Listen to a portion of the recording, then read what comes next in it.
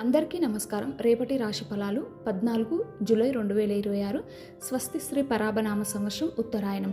తిథి అమావాస్య, నక్షత్రం పునర్వసు. ముందుగా మేషరాశి. సమాజంలో గౌరవ మర్యాదలు లభిస్తాయి. నూతన పనులు ప్రారంభించడానికి అనుకూలమైన రోజు.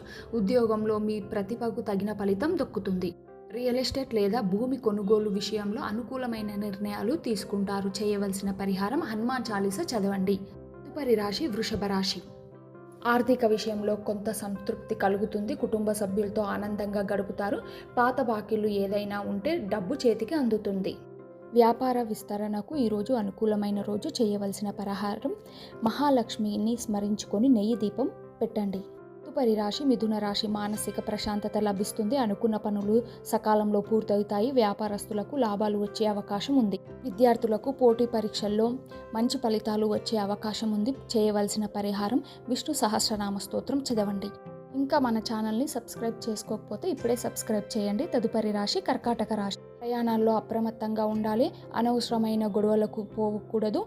మనసులో ఏదో తెలియని ఆందోళన కలిగిన ఆధ్యాత్మిక చింతనతో దానిని అధిగమిస్తారు.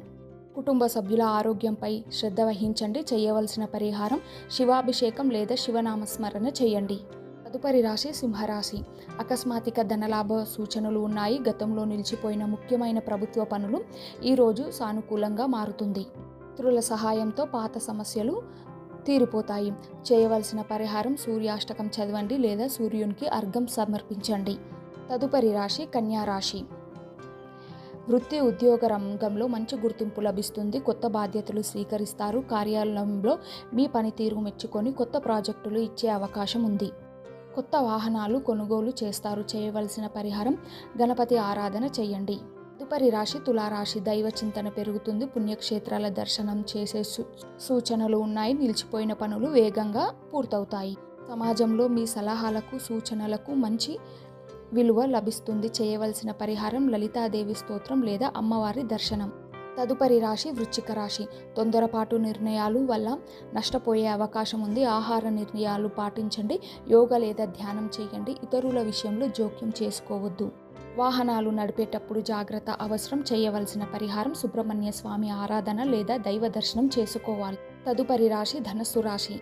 ఈ సమయంలో కీర్తి ప్రతిష్టలు పెరుగుతాయి. భాగస్వామ్య వ్యాపారంలో లాభాలు లభిస్తాయి. కొత్త వ్యాపారం ఒప్పందాలు చేసుకోవడానికి ఇది అనుకూలమైన రోజు.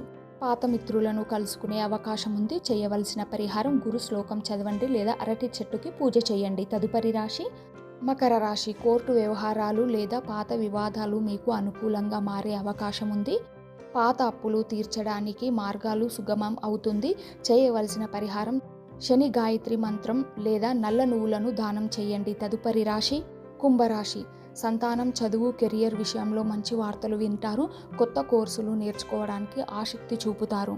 సృజనాత్మక రంగంలో ఉన్న వారికి నూతన అవకాశాలు కల్పించి ఆర్థికంగా మేలు కలుగుతుంది. చేయవలసిన పరిహారం ఆంజనేయ స్వామికి సింధూరం లేదా ప్రదక్షిణ చేయాలి. తదుపరి రాశి మీనరాశి. అర్ధాష్టమ దోషం వల్ల పనుల్లో కొంత ఇబ్బందులు రావచ్చు. గృహ నిర్మాణాలు లేదా రిపేర్ వర్కుల వల్ల అదనపు ఖర్చు ఎదురవుతాయి.